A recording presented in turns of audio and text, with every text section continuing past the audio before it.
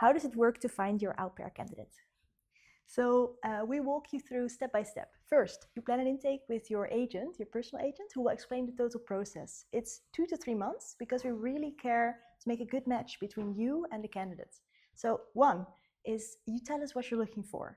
What is your start date? What are the characters of your kids? What are the skills that you need? Two, we will send you candidates with a picture, hobbies, education, background experience, everything. And three, you can plan a call with them. Can be you, can be with the kids, can be several even, because we care about finding the right match for your family. After this, you actually found your au pair. It's a big step. You go to Jasmijn's department. Yes. So then we have a specialized visa agent for you that can guide you through all the document gathering for the visa application process. After the documents have been gathered, we can apply for the visa and your au pair can come to the Netherlands.